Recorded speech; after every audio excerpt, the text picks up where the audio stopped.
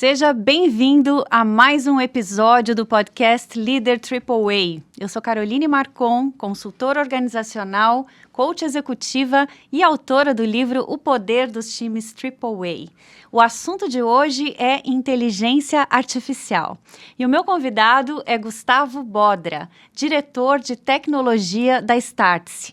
Ele que está no olho do furacão, vendo o que funciona, o que trava e vai ajudar a gente a entender melhor essa realidade e como implementar no dia a dia do seu negócio. Gustavo, muito bem-vindo.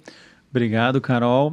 É um prazer estar aqui para falar de um assunto que eu sou super apaixonado e tenho trabalhado com isso pelo menos nos últimos 10 anos, especificamente em inteligência artificial, mas com tecnologia há mais de 20, então tem bastante coisa que eu falo que não funcionou e acho que essa é a parte mais divertida, né? Eu ver o que não funcionou e começar a construir em cima disso.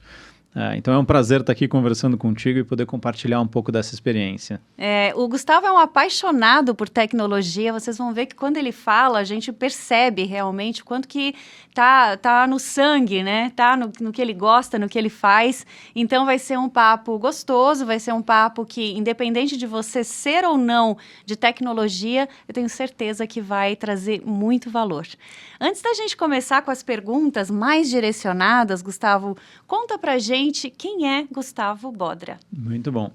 Bom, eu sou uma pessoa que, de novo, sou apaixonado por tecnologia. Desde pequeno eu gostava de desmontar coisas, não necessariamente sabia remontar, então essa era a parte divertida. Mas sou uma pessoa que, por história, eu sempre tentei misturar um pouco essa questão de tecnologia com gente, com pessoas. Até porque eu sou filho de uma psicóloga, casei com uma psicóloga, então eu brinco que a minha vida ela é um pêndulo entre tecnologia e máquinas e pessoas. E eu acho que isso traz uma perspectiva bacana, eu consigo de alguma forma juntar esses dois mundos. Então me imaginem como uma pessoa metade máquina, metade gente, que é o que eu gosto de fazer, que eu de fato achei o meu lugar nesse mundo. E é uma combinação excelente para os negócios, né? Hard e soft, que a gente tanto procura hoje num executivo. Eu conheci o Gustavo numa imersão à China, onde a gente esteve com um grupo de executivos, a Startse levou, o Gustavo era o líder do grupo, e a gente conseguiu ver realmente o que tem acontecido por lá. E eu lembro que quando a gente chegou, eles disseram, bem-vindos a 2050.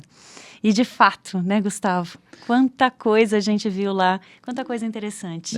E a China é um lugar interessante, não só porque ela está vivendo em 2050, que é a brincadeira que a gente faz, mas porque a chegada na China nos faz quebrar uma série de preconceitos. Preconceitos políticos, preconceitos de ideais, preconceitos culturais. Então, essa imersão à China ela é mais do que só uma imersão de negócios. Ela talvez seja uma experiência de vida, de você enxergar o mundo através de uma nova perspectiva e depois aprender, obviamente, com quem em 50, 60 anos conseguiu reconstruir um país inteiro. Então eu acho que essa nossa brincadeira do bem-vindos a 2050 é porque, de fato, a China ela conseguiu avançar muito rápido em 50, 60 anos, o que nenhum outro país do mundo conseguiu fazer. Então entender e aprender um pouco com eles, acho que é também um exercício de humildade, de tentar ouvir e absorver um pouco desse conhecimento e ver o que se aplica à nossa realidade, como que a gente de alguma forma consegue transformar o nosso país também. E essa é uma das coisas que a gente vai abordar aqui ao decorrer da nossa conversa. O que a gente pode aplicar dentro de tantas coisas interessantes que a gente viu lá? O que a gente pode trazer para a realidade do Brasil hoje? Mas vamos lá, vamos começar. E eu quero te perguntar, qual foi o pior conselho, Gustavo, que você já ouviu sobre a implantação de IA nas empresas? Esse é polêmico, mas eu brinco que o pior conselho que eu já ouvi foi: antes de você implementar IA, faça todo o seu projeto de estruturação de dados. E isso é muito interessante, porque todo mundo vai me falar, Gustavo, você está maluco porque você tem que ter o dado para gerar inteligência artificial. E, de fato, isso é um ponto importante. Mas se eu ficar esperando sempre a tempestade perfeita para fazer essa transformação acontecer, ela vai passar. Quem ficou esperando a internet se desenvolver para criar seu primeiro site, a sua primeira experimentação, perdeu a onda. Quem esperou o smartphone ter o 3G, 4G, perdeu essa onda. Então, a mesma coisa funciona com inteligência artificial. Óbvio que criar a fundação não é irrelevante, mas se você esperar a fundação estar 100% pronta e as condições de temperatura e pressão estarem 100% perfeitas, talvez você perca essa onda. Então, ter um pouquinho dessa ousadia de experimentar enquanto você vai construindo essa fundação, talvez seja um dos principais aprendizados que eu tive. Então, o pior conselho foi: espera tudo estar perfeito para você conseguir começar a implementar. Então, a tua ideia, nesse sentido, seria começar com pequenos experimentos, imagina. O grande desafio é achar pequenas oportunidades dentro da nossa rotina que criem aquele ciclo de feedback contínuo, e não só de feedback, mas de você entender onde isso gera valor. Isso pode começar com você ajudando a criar um documento ou revisar um documento, que parece uma tarefa muito pequena e pouco relevante se você for pensar na tua rotina diária de trabalho. Mas esse aprendizado te leva a um momento de: acho que eu entendi onde isso vai funcionar. E a partir daí você consegue expandir e criar coisas cada vez mais complexas. Só que se você tenta pular essa fase, eu brinco que é como se você tentasse andar de bicicleta, aprender a andar de bicicleta, numa descida, numa rua de paralelepípedo, depois que choveu. Sem rodinha. E não vai funcionar. Não vai funcionar. E o problema não é a bicicleta, o problema não é a rua, o problema é você, que talvez não tenha habilidade, não tenha musculatura e o equilíbrio para fazer isso funcionar. Então, isso é uma rotina que demanda um pouquinho de paciência e demanda os pequenos experimentos. Demanda pegar a bicicleta e botar 2 rodinhas e ver o que acontece. Demanda depois, na hora que você está um pouco mais confiante, tira uma rodinha e anda só com uma. Depois tira as 2 e vê. Você vai cair, vai dar uma raladinha no joelho. Mas ao longo do processo, em algum momento você vai conseguir descer a rua de paralelepípedo depois que choveu. Entendi. Não, legal, interessante esse insight. Realmente é polêmico e gostei de ouvir tua opinião, porque alguém que está no front fazendo isso de uma maneira muito frequente, né? E é muito comum a gente esperar ter os dados para começar, ter robustez. Então, interessante. E a perspectiva é: você já tem os dados. Talvez eles não estejam organizados da melhor forma e da forma mais perfeita, mas você já tem. Você já tem muita informação. A gente virou um grande depósito de dados que a gente não sabe muito bem o que fazer. Então, pega um pedacinho, experimenta com esse pedacinho e, se gerar valor, você usa o resultado disso para financiar iniciativas mais complexas. Perfeito. É a mentalidade do ágil, né? Em ação. Exato. Agora me fala, quando as pessoas chegam até vocês e pedem: eu quero um projeto de IA, ou eu quero começar a implantar IA na minha empresa, o que de fato elas estão pedindo? Tem 2 grandes perspectivas quando vem esse pedido. Tem a parte 1, que normalmente vem do líder da empresa, do CEO, do sócio, do dono, que é: eu preciso fazer isso acontecer porque eu ouvi que isso vai ser a maior transformação e eu não quero perder essa onda. Então, eu não vou chamar de que está indo pela hype, mas está indo por uma sensação de que talvez essa seja uma grande transformação e precisa surfar essa onda, mas sem um detalhamento muito específico de onde isso pode gerar valor. O segundo, às vezes, vem pelos times de tecnologia propriamente dito, que adoram brincar com essas tecnologias, e eu falo que eu sou uma dessas pessoas, que é o seguinte: poxa, tem um brinquedo novo, eu quero brincar com esse brinquedo novo, eu vou achar um jeito de brincar com ele. Tá. Ambas são meio problemáticas, porque falta um elemento comum, que é: qual é o problema ou oportunidade de negócio que você quer explorar, que pode ser acelerado por essa tecnologia. Então, normalmente, quando a gente recebe esses pedidos, a minha primeira pergunta é: me conta quais são as 3 coisas que mais doem no teu negócio. O que te dói explicar para um investidor, ou para o teu sócio, ou para a tua sócia, ou como é que você faz um fechamento de trimestre ou de semestre? Quais são as mensagens que você passa? E quais são os desafios que você seta para o próximo ciclo? Vale a pena a gente começar por aí, porque eu vou descobrir se a tua dor é margem. Talvez eu consiga usar uma tecnologia de inteligência artificial para te ajudar a melhorar a margem. Se o teu problema é vender mais, talvez tenha uma outra abordagem que ajude nisso. Então, vem por momentos e necessidades diferentes, mas normalmente a gente canaliza para a mesma pergunta, que é: o que dói no teu negócio hoje? Exato. Ou seja, um bom diagnóstico inicial é a base de um projeto de sucesso. Sem dúvida. E baseado em métricas de negócio. Então, eu brinco que tem 3 métricas em qualquer negócio. Ou você vai vender mais, ou você vai economizar dinheiro, ou você vai achar dinheiro novo no mercado. Não tem nenhum negócio no mundo que não possa ser melhorado por uma dessas 3 métricas, e não tem negócio no mundo que não tenha essas 3 métricas. Ou você vende mais, ou você gasta menos, ou você acha dinheiro novo e oportunidade nova no mercado. Excelente. Então, com essas lentes e entendendo onde o cliente está, você vai pensar na melhor solução de IA para ele começar. Exato. exato. Se a tua dor é margem, então a gente vai olhar qual é o teu custo. E aí a abordagem normalmente me dá o teu DRE, deixa eu ver qual é a tua maior linha de custo. E a partir daí a gente vai cavocando em cima disso, para só depois eu achar qual é a ferramenta ou qual é a solução de inteligência artificial que pode acelerar aquele problema, ou acelerar a solução daquele problema. Excelente. Agora vamos lá, mito ou verdade? Falando de IA. A primeira você já respondeu, né? Mas eu vou fazer. Sem dados perfeitos não dá para começar. Mito, total. IA substitui gerentes medianos. Essa é polêmica, essa eu acho que pode ser verdade. Se você tiver uma pessoa que está mais preocupada em manter o seu feudo, uma IA talvez tome decisões melhores e mais objetivas. Mas eu acho que também tem uma perspectiva de como é que você treina esse líder para colaborar com a tecnologia. Então, isso eu vou dizer que é meio verdade. Certo. Regulação vai paralisar tudo. Mentira, mito. A regulação ela vai nos ajudar a definir quais são os caminhos e aonde eu posso navegar, mas eu também sou um crítico muito forte de que a gente não tem hoje regulação nenhuma para inteligência artificial. A gente já tem tipificação de vários crimes, principalmente depois do Marco Civil da Internet. E muito mais com a LGPD. Então, você já tem uma boa base legal para tomar determinadas decisões com inteligência artificial. Então, eu posso usar o dado de uma pessoa identificável para treinar uma IA? Não, não pode. Mas por quê? Porque a LGPD me proíbe isso.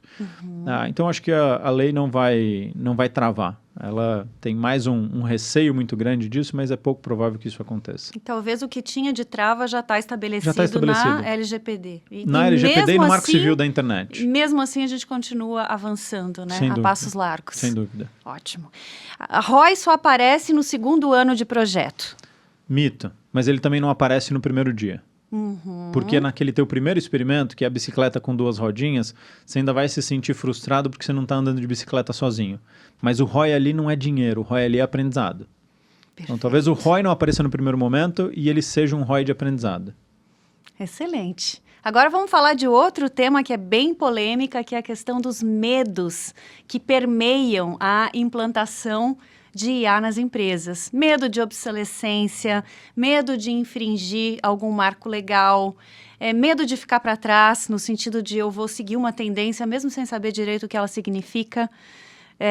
Medos. O que você mais ouve dos clientes quando eles chegam para você? Quais são esses poréns que aparecem? O primeiro, o top 1, o que vai acontecer com os meus dados se eu colocar numa inteligência artificial pública? E aí tem um mito importante que eu acho que vale a gente debater aqui, que é, se eu jogar o meu dado, se eu jogar o meu imposto de renda hoje no ChatGPT, daqui 10 minutos alguém sabe quanto eu ganho? A resposta é não, por um motivo muito simples. O que essas inteligências artificiais fazem elas capturam o seu dado, elas capturam o que você perguntou, elas guardam essa informação, mas o modelo não é retreinado em tempo real. Então, se eu mandar hoje o meu imposto de renda, daqui 10 minutos ninguém sabe o quanto eu ganho. Nem daqui 6 meses. Talvez só quando saia o GPT-6, aí sim, esse meu dado pode estar lá e alguém se perguntar de forma muito específica pode receber essa informação. Então, significa que você pode confiar dados privados em modelos públicos? Obviamente que não. Mas tem ali um mito de que, eu publiquei o meu dado, agora todo mundo está sabendo, isso é público para qualquer pessoa. Então, a primeira pergunta é, o que acontece com o meu dado? E aí, obviamente, tem diversas soluções para resolver isso. Tem, enfim, uma infinidade de empresas que tratam o seu dado de forma privada. Então, essa é uma dor que a gente descarta relativamente rápida. A segunda é esse medo do hype ou transformação real e qual é o tempo que eu devo esperar para descobrir se isso é hype ou se isso é uma transformação real. E aí que entra a história. Não tem resposta. A gente achou que o metaverso ia vingar. Exato. A gente achou que essa história de trabalho remoto 100% ia ficar para sempre. A gente voltou da pandemia e as pessoas não querem mais ficar tanto em casa. Tem gente que ainda prefere um modelo híbrido, mas ninguém mais tem paciência para ficar 7 dias por semana trancado em casa. Então, essa transformação, ela passa por talvez uma virada de chave na forma como a gente enxerga o mundo, que é, eu nunca vou saber se eu não experimentar. E aí, por isso que eu volto lá no comecinho, que você me perguntou como fazer essa transformação, que é, eu preciso ter pequenos experimentos que eu não me comprometo demais e que eu não invisto tudo que eu tenho comprando terreno na Lua dentro do metaverso, que teve gente que fez. Ao passo que eu também não fico parado sem fazer nada, porque se isso der certo, em algum momento eu vou ter começado a experimentar e usar isso antes. Então, o segundo medo, a quebra desse medo vem de você diminui o teu risco fazendo pequenos experimentos e aprendendo com esses experimentos. Porque se for para dar errado, vai dar errado rápido. E se for para dar certo, você vai descobrir, você já vai estar numa jornada de experimentação que vem a um longo tempo. E o terceiro, só para fechar, o que a gente escuta muito é como que isso vai gerar valor para o meu negócio, né? Então, eu quero instalar, quero botar aqui um Copilot, um chatbot, qualquer coisa dentro da minha empresa e qual é o ROI? Aí, de novo, eu vou voltar um pouco para o começo da nossa conversa, que é, se a tua missão e se o teu ímpeto de fazer alguma coisa é para instalar uma ferramenta, ou para construir, ou para comprar uma ferramenta, você começou pelo lado errado. Você começou pela tecnologia e não pelo problema de negócio. Então, a quebra desse terceiro medo é, se você tem um problema de negócio e você vai tentar usar a tecnologia para resolver isso, o pior que pode acontecer é você descobrir que esta tecnologia não resolve esse problema. E aí é um ótimo caminho, porque você vai buscar outras alternativas, mas você nunca vai deixar de perseguir aquele problema. Ao passo que se eu escolho uma ferramenta e tento colocar ela de forma forçada para resolver um problema que eu nem sei se existe, talvez eu tenha me abraçado com a ferramenta errada ou com a tecnologia errada. Então, quebrar esse terceiro medo, ele passa por essa discussão de negócio. De o que dói para o meu negócio e o que pode transformar o meu negócio. E indo agora na polêmica da obsolescência, que eu sei que em muitos casos é real. Como é que a gente lida com isso, Gustavo? Até que ponto é real e o que o executivo, o líder de hoje pode fazer para não cair na irrelevância? A primeira coisa, e isso é algo que eu, enfim, acredito de coração, é aprender a cada segundo. Essa conversa a gente está aprendendo alguma coisa, eu leio um livro, eu estou aprendendo alguma coisa. Então eu acho que esse ímpeto e essa vontade de conhecer e aprofundar um pouco, sair daquela camada muito rasa. Hoje a gente está vivendo num mundo de 10 segundos, 15 segundos. Então, sair dessa camada para aprofundar um pouquinho mais, entender o que é uma IA, entender qual é a diferença de uma IA preditiva para uma IA generativa. Não precisa entrar nos detalhes técnicos, mas saber essa separação, ou minimamente o que a gente chama dos fundamentos, vai ser extremamente relevante para você poder se manter minimamente discutindo no mesmo nível. De novo, eu brinco que é como se você tivesse que entender quais são os bloquinhos do Lego. O Lego ele te dá 30, 40 tipos de bloco. Se você entender para que serve cada um deles, você pode construir uma casa, um castelo ou um barco. E aí vai da tua criatividade, da tua experiência para construir isso. Mas se você não entende como esses blocos funcionam, você não vai construir nada. Então, o primeiro passo é aprender continuamente e aprender os fundamentos. Não tão profundo para entender o bit-byte, mas também não tão raso para ficar só na história do hype. O segundo ponto, não tem... E aí eu vou falar de uma experiência pessoal. Eu tenho uma filhinha pequenininha e eu fico observando muito o processo de aprendizado dela. O aprendizado dela é um aprendizado por experimentação. Porque por mais que eu fale, por mais que eu explique, ela ainda é muito pequena, ela não entende essas explicações.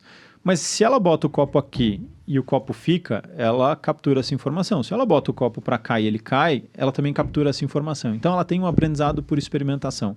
E a gente acha que quando a gente fica adulto, esse aprendizado por experimentação ele deixa de acontecer, ele precisa ser só um aprendizado intelectual. E aí que está nosso grande problema. Porque se eu entendo os fundamentos e eu parto do princípio e da humildade de que eu posso experimentar para aprender na tentativa e erro, fica quase impossível você ficar obsoleto. Porque você está sempre testando, você está sempre experimentando, você está sempre buscando alguma coisa com aquele fundamento que você aprendeu. Então, acho difícil você se tornar obsoleto se você tiver essas duas grandes habilidades. Aprender muito e aplicar esse aprendizado. Perfeito. É a história do eterno aprendiz, né?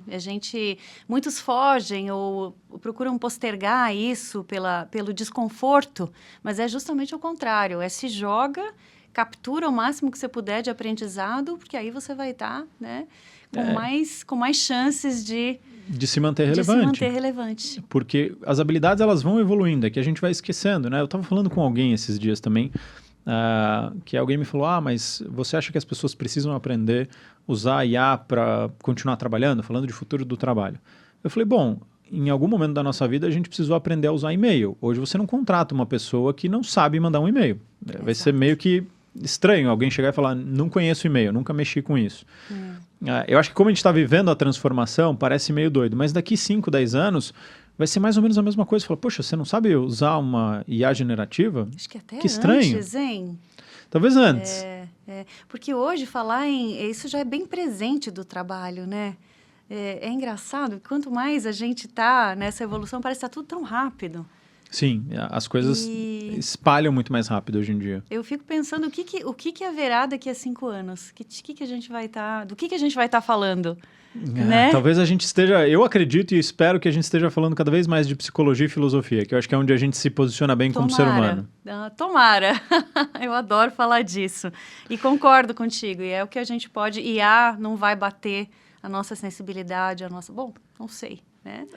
Acho que a IA talvez, a grande questão talvez do ser humano, para mim, é a gente imaginar futuros quase impossíveis e improváveis e tentar construir isso. Por que a gente resolveu ir para a Lua? Não tinha motivo nenhum para a gente ir para a Lua, mas a gente quis e a gente fez. Acho muito difícil a gente ter uma inteligência que vai ter esse ímpeto de expansão, de sobrevivência, de prosperidade. Não sei, posso estar sendo muito utópico, mas acho difícil a gente recriar uma máquina que tem esse DNA. Não, daqui a 5 anos a gente conversa e a gente atualiza, vamos ver o que vai acontecer. Mas, sem dúvida, vai ser uma conversa bem diferente. Sem dúvida alguma. E que bom, né? E que bom. Vamos falar um pouquinho agora de um tema que você traz muito quando a gente fala de IA corporativa, que é a criação de cultura, que é o que sustenta todo esse processo. Então, conta pra gente como é que funciona esse processo de criação de cultura, se ele antecede a implementação da IA, se ele corre em paralelo, como é que você vê isso? Por experiência própria, eu vejo isso correndo em paralelo. De novo, eu acho que não precisa esperar a fundação do prédio estar pronta para você começar a construir algumas coisas, mas eu acho que ele não pode começar depois. Acho que essas coisas têm que começar juntas. E um pouco do que eu acredito é que a cultura ela vai ser construída com base em 4 grandes pilares. Ela vai ser construída com valores que aquele grupo de pessoas acreditam, ou você quer transformar esses valores. Ela vai precisar passar por uma questão de experiências, as pessoas precisam experimentar determinadas coisas para que aquela cultura passe a ser um pouco mais palpável. Porque a gente fala de cultura, é um negócio meio etéreo, é difícil definir.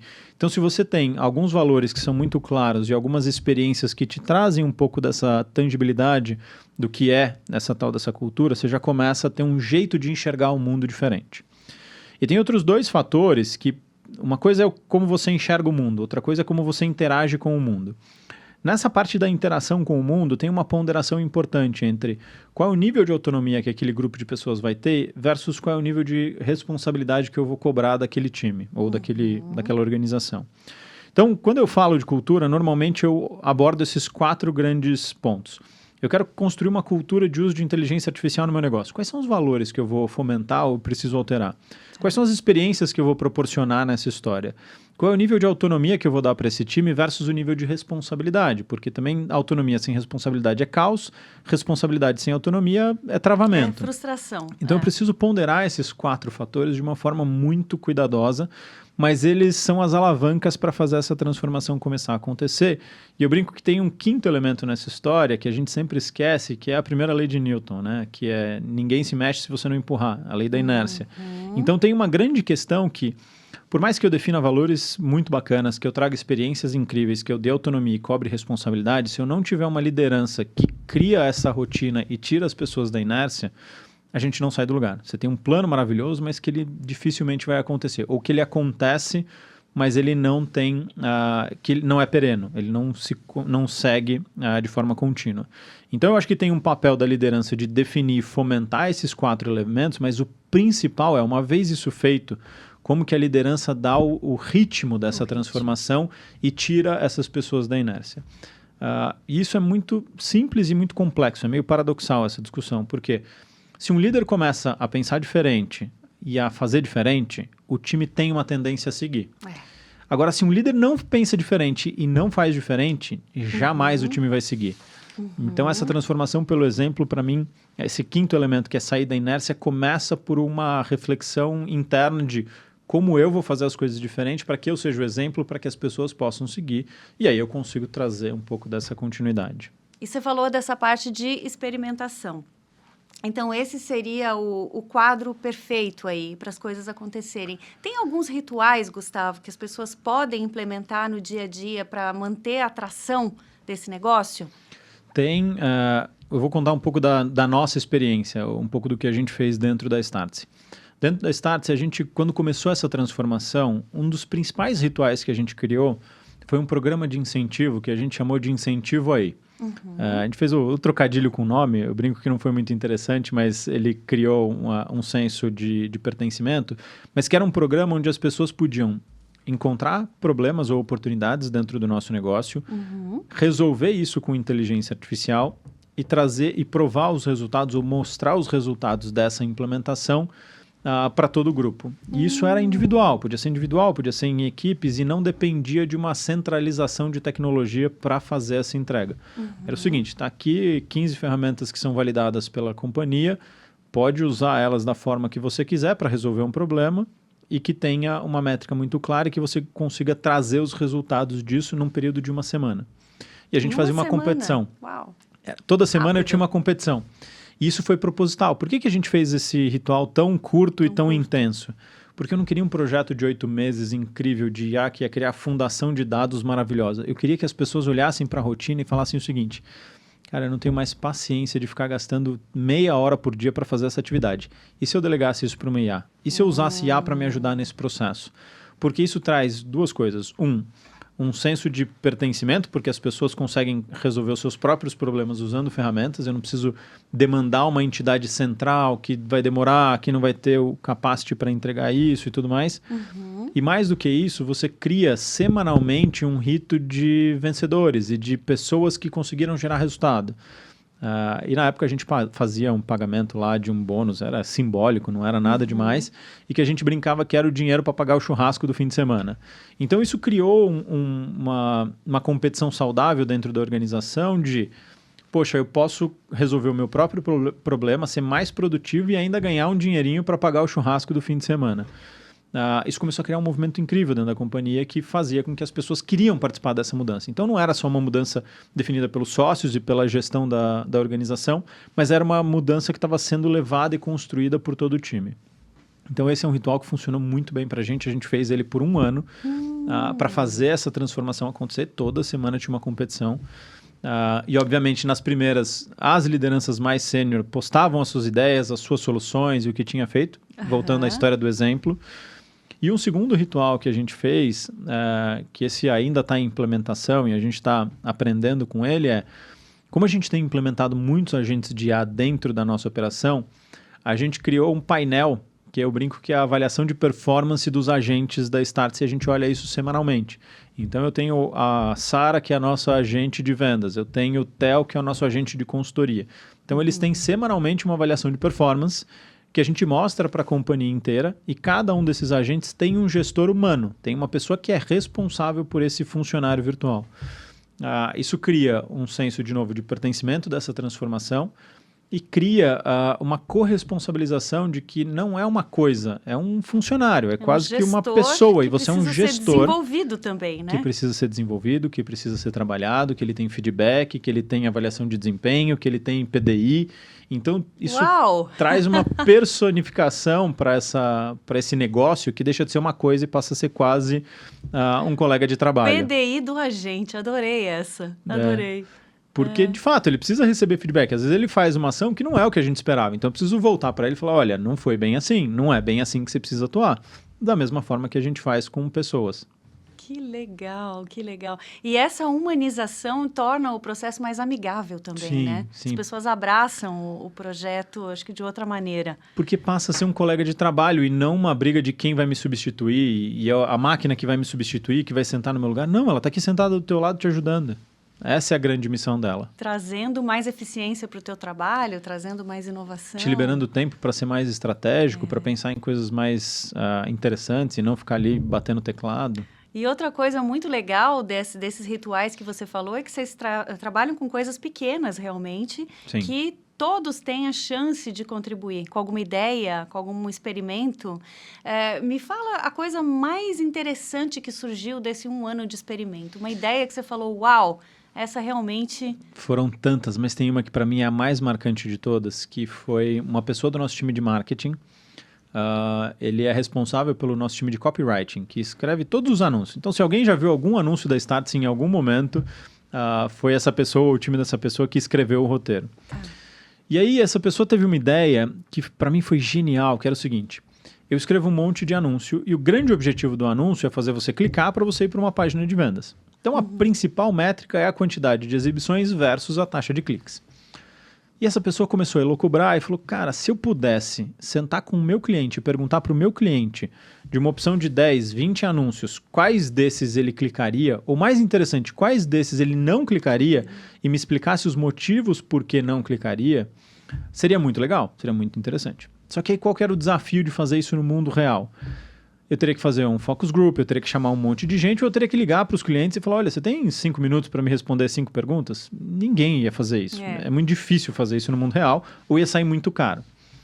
Qual foi o insight? Essa pessoa olhou e falou, eu tenho o ChatGPT, eu tenho uma ferramenta que se eu fizer o prompt direitinho, talvez eu consiga configurar para que ele assuma a persona do cliente da Startse. Porque eu sei quem é o cliente da Startse, eu sei mais ou menos média de idade, personalidade, classe social. Então, eu tenho uma série de informações.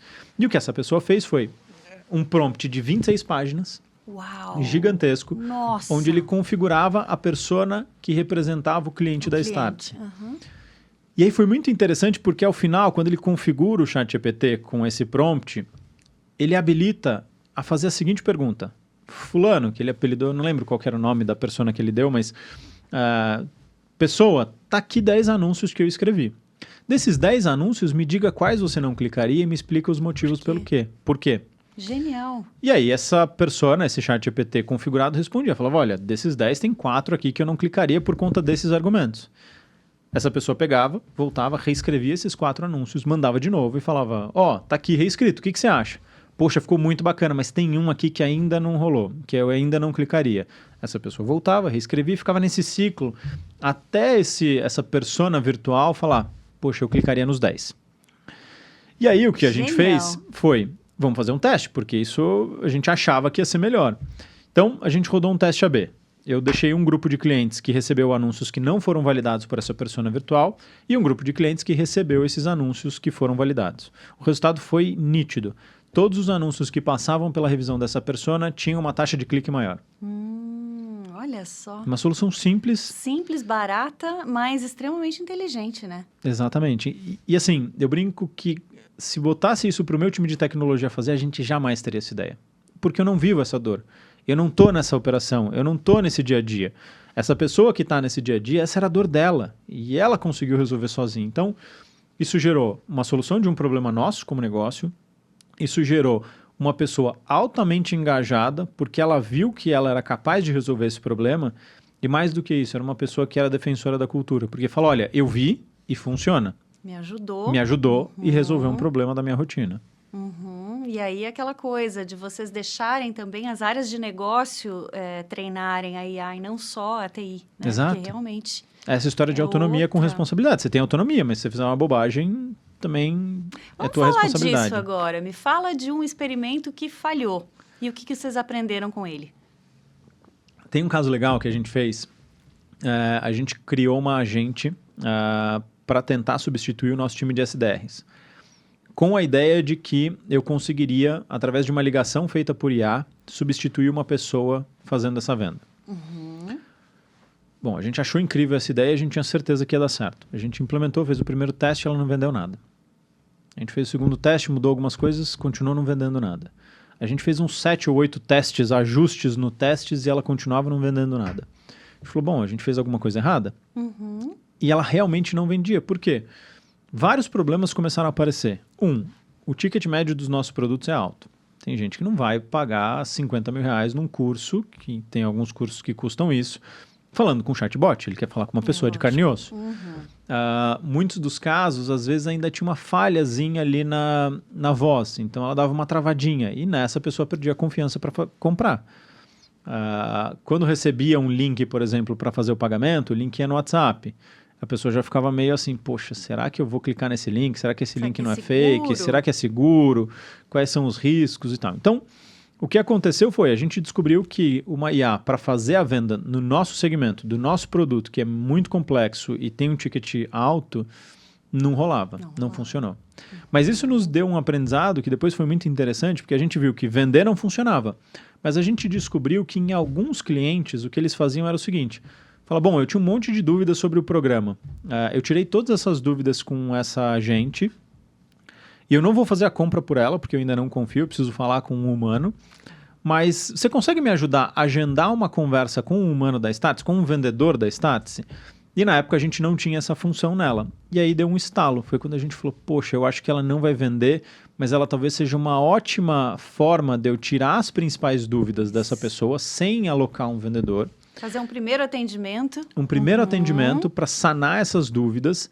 E se eu integrar com a agenda dos vendedores e eu conseguir mandar para essa pessoa, falar, Carol, entendi que você já tirou todas as suas dúvidas, mas você quer, para fechar, falar com o humano? Tá aqui a agenda do Gustavo, ele pode falar contigo hoje às 2:30 ou amanhã às 9 da manhã. Você topa? Amanhã às 9 da manhã eu quero. E aí eu já mando um convite e agenda manda por WhatsApp para as duas pessoas. Aí começou a funcionar. Aí a gente começou a ver a taxa de agendamento aumentar. E eu consegui separar melhor quem já estava mais interessado de quem só queria um pouco mais de informação. Você filtra melhor o teu cliente, né? Muito Qualifica. Melhor. Muito porque melhor. Já coloca ali os valores, já seleciona quem realmente está afim de ir para a próxima etapa. Exatamente. Então, o primeiro teste deu super errado e a gente ficou super frustrado porque a gente tinha certeza que ia funcionar. Mas depois deu um clique e a gente falou, acho que talvez tenha uma outra oportunidade. Por isso que eu falo que experimentar, por mais que dê errado, vai te ensinar alguma coisa. Vai te ajudar a achar esse caminho. Ajuda a adaptar o teu produto, porque de fato, venda consultiva, venda de alto ticket é venda de confiança, né? Eu preciso conhecer a pessoa. Precisa ter uma voz ali do outro lado, ou uma cara no Teams, que é justamente o próximo passo. Exatamente. Então, esse foi um caso que para a gente ficou muito marcado, porque a gente tinha certeza que ia dar certo. Isso pode ser aplicado em muitos tipos de negócio, né? Estou pensando agora para saúde, para consultoria, para setor imobiliário, para qualquer venda de alto valor. Né? Tem alguns casos de empresas, por exemplo, nos Estados Unidos, que estão fazendo o primeiro atendimento de preparatório para exames.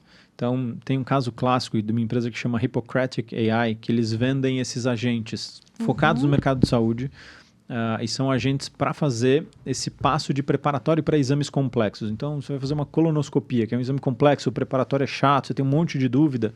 Ao invés de você botar uma pessoa para falar com o paciente, você coloca uma IA.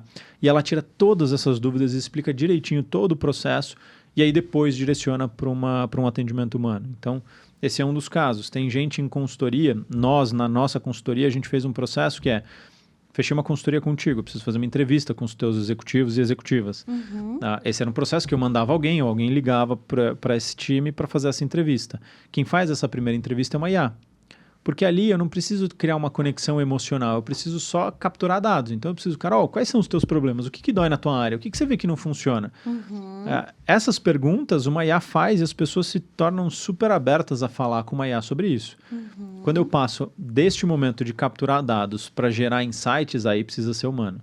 Então isso vai se aplicar numa variedade de mercados, do mercado imobiliário ao mercado de saúde, ao mercado de banco, ao mercado de crédito.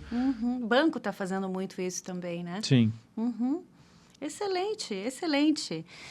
Vamos falar agora um pouquinho dessa experiência na China. Cada um de nós voltou com a bagagem aí cheia de insights. Quais foram para você, Gustavo? Aqueles que você chegou e já conseguiu implementar no teu dia a dia? Seja de trabalho, mudança de mentalidade. O principal deles, acho que a primeira coisa que virou a chave na minha cabeça foi essa história de pensamento de longo prazo. O chinês ele não pensa trimestre nem ano, ele pensa em blocos de 5 anos. Isso como vida, como carreira, como estruturar o pensamento, para mim foi muito, muito transformador, assim. Eu não preciso pensar o que vai ser no próximo ano. Se eu pensar os próximos 5 e estruturar, isso me dá até mais margem e a gente fica menos rígido. Poxa, eu não atingi a minha meta desse ano, pessoal. Putz, eu deveria me martirizar por isso? Talvez não. Talvez isso seja uma lombada no meio desse caminho, mas que no plano de 5 anos vai fazer sentido. Então, essa foi a primeira chave que mudou na minha cabeça. Isso se aplica ao mundo do profissional e à vida pessoal. A segunda coisa que para mim ficou muito claro na China é esse pensamento do coletivo. O coletivo vale mais do que o indivíduo. Às vezes você, como indivíduo, pode ser até um pouco penalizado se o coletivo for se beneficiar disso. E eu acho que no mundo onde a gente vive, que é um mundo extremamente profissional, que é um mundo extremamente competitivo, que cada um está tentando ali subir na sua própria carreira, a gente às vezes esquece que talvez o que eu estou fazendo pode atrapalhar a pessoa do lado, por mais que eu não faça isso de forma proposital. Então, a segunda chave que vira na minha cabeça é como é que eu dou um passo para trás e como é que eu olho um pouquinho para o lado para entender se o que eu estou fazendo e as estratégias que eu estou construindo, se de fato elas beneficiam o coletivo ou se elas beneficiam só a minha área, só a mim, ou enfim, se ela está muito fechada ou se ela está de fato um pouco mais abrangente.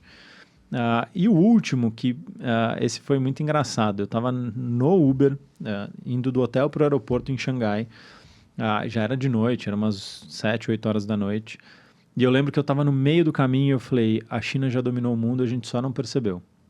A gente só não se ligou porque a gente está muito longe, muito distante fisicamente deles. E aí eu brinco, dominou o mundo no sentido de que a indústria deles é a indústria que abastece o mundo. A tecnologia deles, que era um ponto que eu tinha dúvida se estava em par com o resto do mundo, em alguns momentos está até à frente. A forma como eles pensam nesse pensamento de longo prazo é difícil você bater, porque ele topa perder no primeiro ano, porque ele sabe que nos próximos 4 ele recupera. E essa história do coletivo também, juntando toda essa forma de pensar, eles têm uma vantagem estratégica muito grande, de que eu vou beneficiar o coletivo, eu vou ter um pouco mais de resiliência, eu construí uma infraestrutura que abastece o mundo no fim do dia.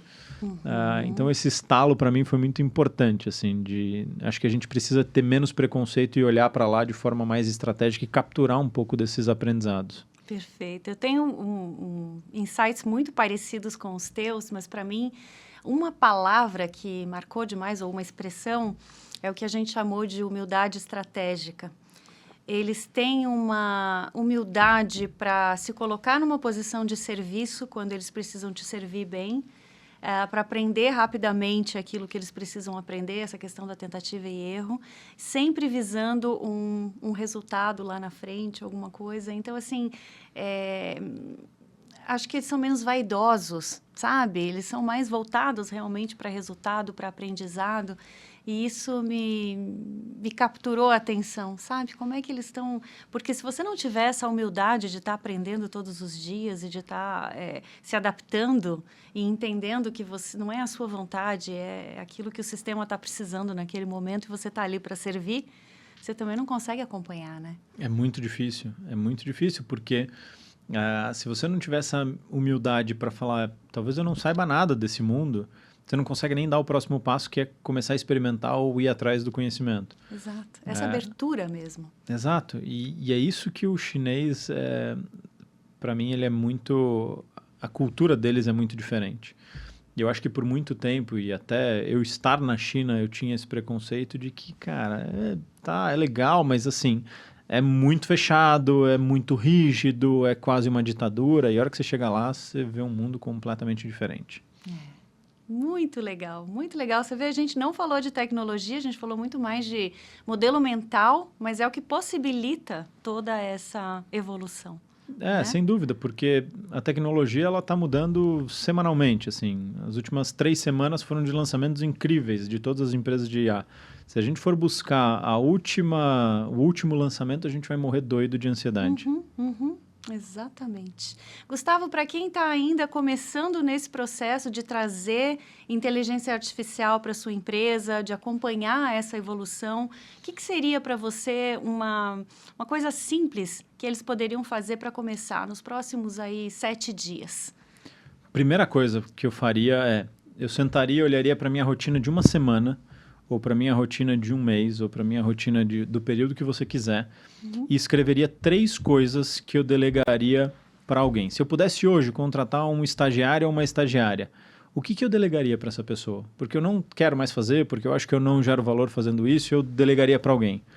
Anota essas 3 coisas. Pega uma dessas 3 coisas depois que você anotou e tenta delegar para uma inteligência artificial ou usar uma inteligência artificial para te acelerar isso. Um exemplo.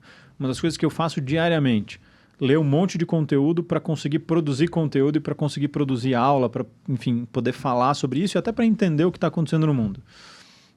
Esse é um trabalho extremamente desgastante, complexo no mundo de uma obesidade de informação. E aí foi uma das tarefas que eu deleguei para um agente meu do ChatGPT e falei, olha, todo dia, às 5 da manhã, você vai ler as informações desses 10 sites, que são as fontes que eu confio e que eu gosto.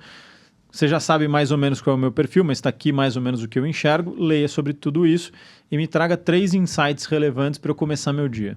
Então é uma atividade que eu faria, que eu gastaria um baita tempo e que eu deleguei. Que eu delegaria para um estagiário ou para uma estagiária. Eu falei, cara, lê tudo isso aqui, faz um clipping para mim. E me manda todo dia de manhã para eu começar o meu dia já bem informado. Então, eu iria nessa linha. Ache 3 coisas que te tomam tempo e que você gostaria de delegar para alguém. Escolha uma e tenta resolver isso com inteligência artificial usando as ferramentas que estão abertas. Tem Manus, que é uma ferramenta incrível, chinesa. Tem o ChatGPT, tem o Claude da Anthropic. Qualquer uma dessas, testa e tenta entregar ou resolver essa principal dor nos próximos 7 dias. E anota o que você aprendeu. Excelente sacada essa do clipping, realmente, porque uma coisa que ele não faz por você, ele pode te dar as informações, mas o repertório é teu, né?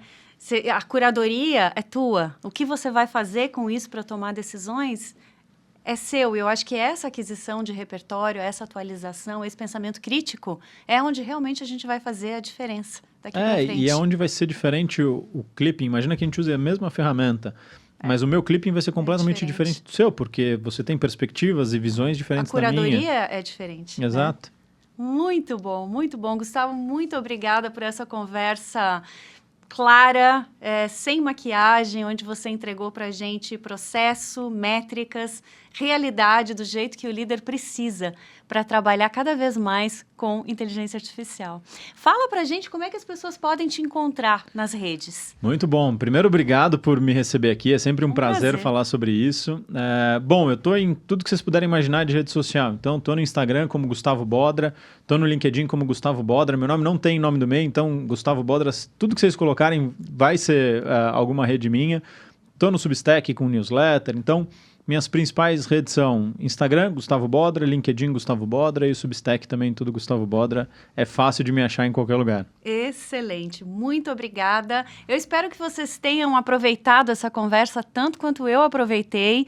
E se você gostou, encaminha para quem também precisa receber essa informação. Muito obrigada por estarem conosco até aqui e até o próximo programa.